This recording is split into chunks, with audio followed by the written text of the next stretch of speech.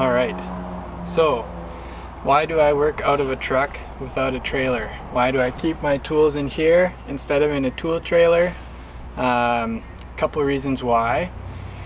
If I had to boil it down to one word, I would say maneuverability. And what I mean by that is a couple things. Sometimes I'm only on a job for like a day at a time, just quick one-day job, and so it's nice to not have to pull a trailer around to a bunch of different sites every day, find a different place to park it. Do you keep it attached? Do you unlatch it?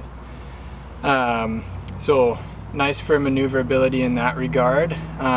Also, some sites there's not really a great place to set up a truck and trailer unless you're parked on the road, which can be an inconvenience, or you might even get a ticket for if you don't talk to people about it in advance.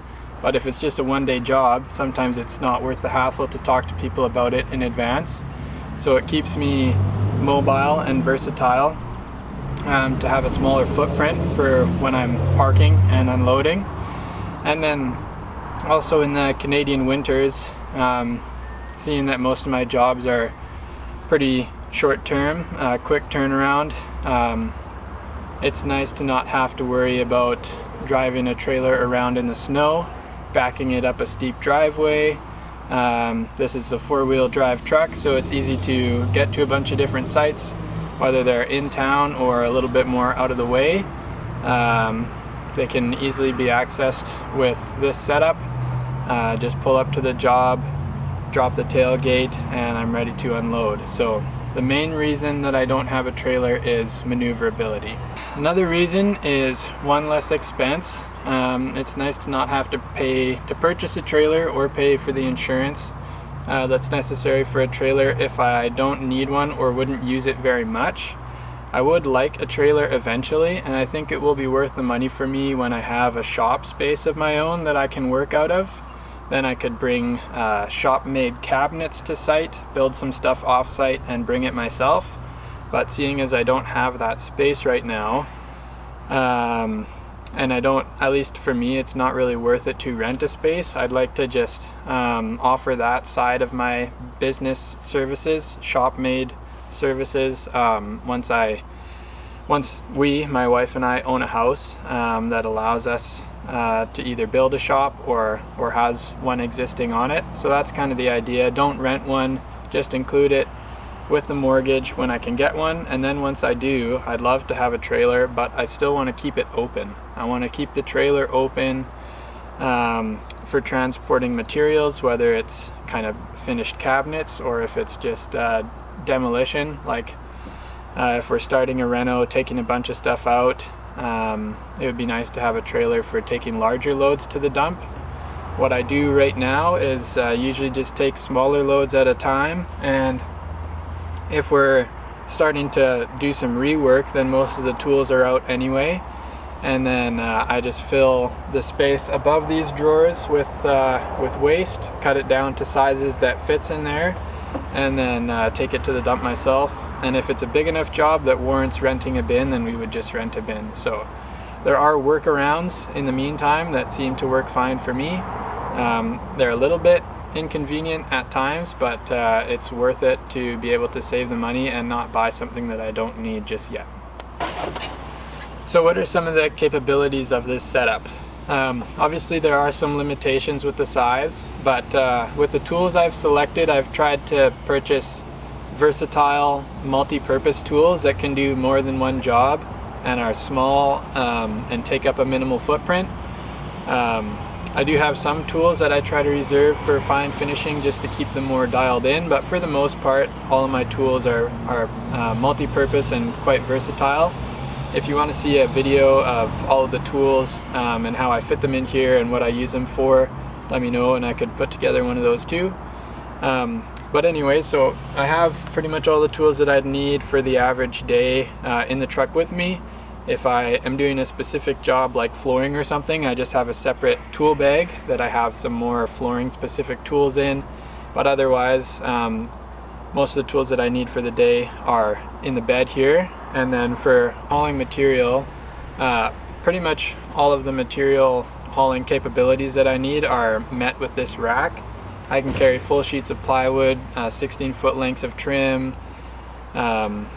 standard framing material. There are obviously weight limits with this rack, but I can pick up about as much material as I could get through in a day for the most part. And then if it's a job that I'm going to be at for a while and the material delivery is substantial, then it just makes more sense to get it ordered, save the time of me picking it up, more time working on site, and just pay the delivery fee. So for a day's work, I can usually get all the material that I need loaded up on the rack, and if it's more substantial, then I prefer to get it delivered, and that seems to work great for me. Alright, so I figured after talking about the setup, I'd just give you a quick little tour. If you want a more detailed one, I could put together one of those as well, but just kind of show you what I keep in the truck, how I've made room for all the things that I need, and how I make this setup work for me. So in the truck here, in this bigger slide out drawer, we got my tool belt with some indoor shoes, my toolbox, my miter saw, and then table saw in the back. On this little sort of in-between shelf, we got the vacuum that I use with the miter saw, and then my miter saw stand. There's toolboxes, Makita boxes back there that fit onto those rolling carts. And then the boxes are pretty much just full of mainly Makita cordless tools. And then in front I got another vacuum. I use that primarily with a table saw. And then kind of other tools that I might use with the table setup. That is the outfeed table for the table saw. And I can use either one of these top drawers as an outfeed table. It just sits on top of sawhorses and it gets it to about the same height as the table saw bench top. And then in these drawers, just have kind of two different types of drawers. This one is pretty much everything flat and long, so I got levels, a 6-foot, 4-foot, 2-foot level, broom, a stair template setup, chisels, a sledgehammer for demo, some miscellaneous dowels, that's a jig for doing cabinet doors, some more kind of odd tools in the back there, some pry bars, clamps, cabinet supports, and then I have my track saw track underneath. Sawhorses, these are the ones that those outfeed tables sit on top of. And then I keep, I don't know if you guys can see in there, just a little vacuum, a spare hammer, and maybe kind of odd materials in there, and then also a heavy duty grinder. Over here I have a small sawzall, some work gloves, and then I might keep some miscellaneous kind of like solvents in there. I have some Goo Gone and then some, I think, paint thinner for cleaning stuff up back there. And then in this drawer I have a ladder, kind of miscellaneous fasteners, rags for cleaning, more fasteners. This drawer height was determined by sort of the thickness of this ladder. I wanted to be able to fit it inside and tuck it away easily. This bag has a grinder and a drywall router, and a ram set for fastening boards to concrete, and then I have the associated fasteners and stuff, and tools and wrenches that go with those tools in that bag, and then some more fasteners in behind. So this is mainly the ladder and fasteners drawer, and then the other one would be the flat tools drawer. Alright, here's a little example of how I might set up on a job site.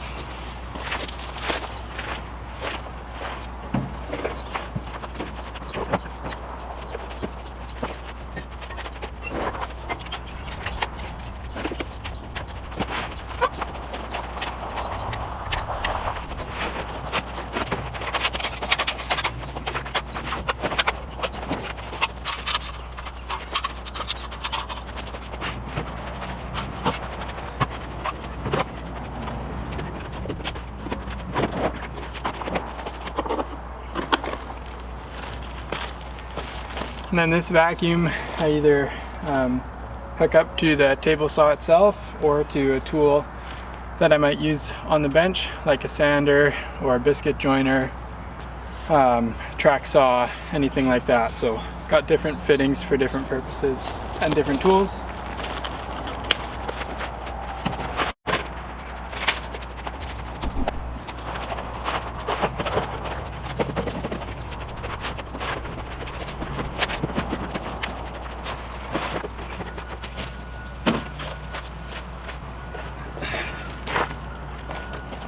Alright, so there you have it. This is kind of the general setup.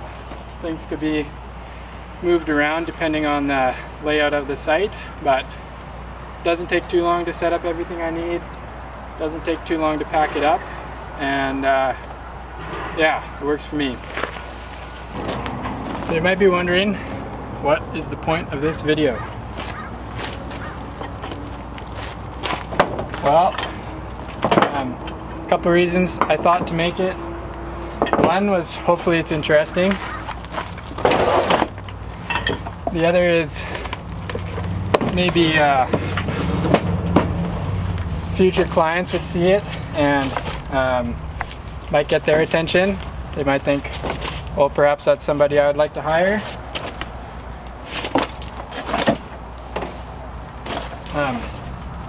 But the main hope is just that other young carpenters might see it.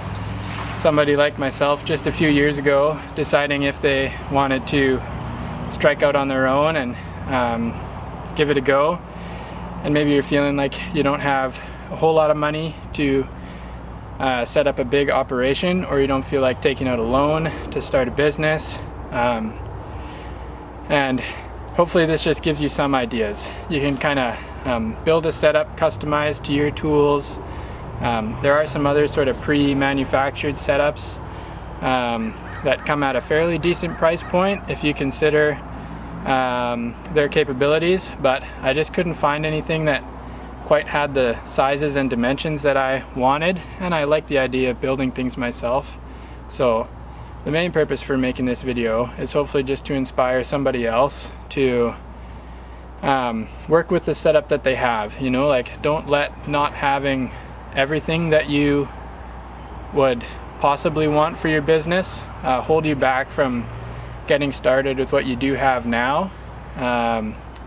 It's pretty satisfying to build something yourself and make a setup that works for you and is versatile and multi-purpose, and hopefully this inspires somebody and gives you some ideas as to what you might be able to do to get your business off the ground, or to just give you a setup that works better than a bunch of tools piled on top of each other. It's always hard to find things. I like the organization that this gives me. Everything has a place. It goes back in its place. Setup is pretty quick. Cleanup is pretty quick.